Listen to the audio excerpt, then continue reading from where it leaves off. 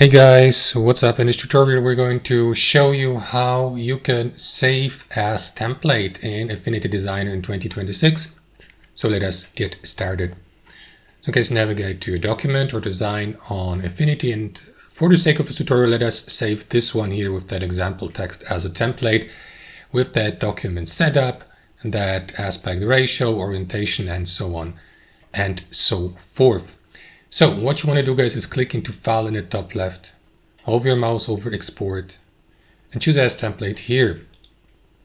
Then, guys, navigate to the given folder where you'd like to save the given template.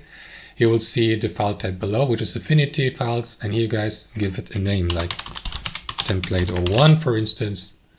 Click into Save, or the button will be displayed in your operating system interface language.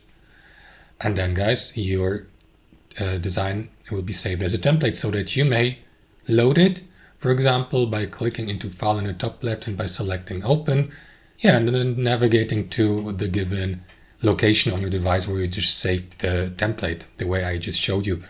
And that's how it works. Thanks for watching and have a fantastic day.